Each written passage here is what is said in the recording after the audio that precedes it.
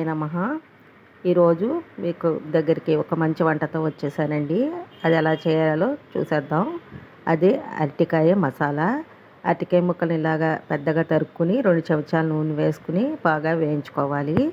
ఇలా ముందరగా వేయించుకోవడం వల్ల కూరలో మెత్తగా అయిపోకుండా ఉంటాయి. అందులో ముక్కలకు సరిపడా ఉప్పు మాత్రం వేసుకుని వేయించుకోవాలి. తర్వాత ఒక మిక్సీ జార్ తీసుకుని అందులోకి 4 మిరపకాయలు, 2 చెంచాలు ధనియాలు, 1 చెంచా జీలకర్ర, 2 పెద్ద ఉల్లిపాయలు, 4 వెల్లుల్లి రెబ్బలు వేసుకుని బరకగా మిక్సీ పట్టుకోవాలి.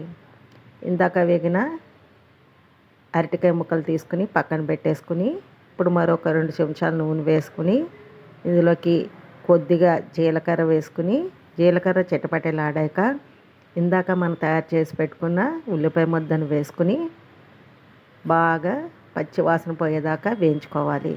ఈ కూర చాలా బాగుంటుందండి. అరటికాయ మసాలా అన్నంలో కానీ చపాతీలో కానీ కూడా చాలా బాగుంటుంది. ఇది నూనె తేలి బాగా వేగేదాకా వేయించుకోవాలి. ఇప్పుడు ఇందులోకి ఒక 1/2 చెంచా పసుపు, తగిన ఉప్పు వేసుకోవాలి. ఇందాక ముక్కల్లో కూడా వేసుకున్నాం కదా, అందుకు చూసుకుని వేసుకోవాలి. బాగా వేయించుకుని దీన్ని చపాతీతో కూడా ఈజీగా తినేయచ్చు. ఈ మధ్యలోకి నేను చారు పెట్టుకున్నానండి. ఈ మసాలా కర్రీకి చారు వేసుకుంటే చాలా బాగుంటుంది. ములక్కాడ, కొత్తిమీర అన్నీ వేసుకుని పెట్టుకున్నాను. ఇక్కడ ఈ పేస్ట్ అంతా బాగా వేగిపోయింది. ఇందులోకి తగిన కారం, అంటే ఇందాక ఎండుమిరపకాయలు తక్కువే వేసుకున్నాం కదా, అంత కొద్దిగా పచ్చికారం కూడా వేసాను. వేసి బాగా వేయించుకోవాలి. ఇందులోకి ఎటువంటి గరం మసాలా కానీ బిర్యానీ మసాలా కానీ ఏవి వేసుకోక్కర్లేదు. ఇలాగ తింటేనే బాగుంటుంది.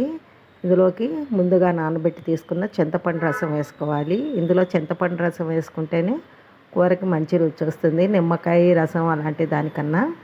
ఇప్పుడు పేస్ట్ బాగా వేగిపోయింది. ఇందాక వేయించి పెట్టుకున్న అరటికాయ ముక్కలను వేసుకుని ఈ పేస్ట్ అంతా అరటికాయ ముక్కలకి బాగా పట్టుకునేదాకా కలుపుకోవాలి. అరటికాయ ముక్కలు పెద్దగా ఉన్నాయనిపిస్తే చిన్నగా కూడా చేసుకోవచ్చు, కానీ కూరకి ఇలా ఉంటేనే బాగుంటుంది.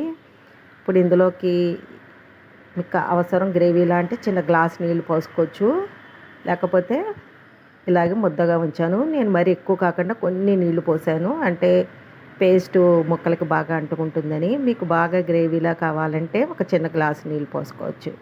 చూసారా, అరటికాయ మసాలా కర్రీ రెడీ అయిపోయింది. దీన్ని వేడి అన్నంలో వేసుకొని తింటే ఎంతో రుచిగా ఉంటుందండి. ఈ వీడియో కనుక మీకు నచ్చితే like, share and subscribe my channel. Thank you for watching.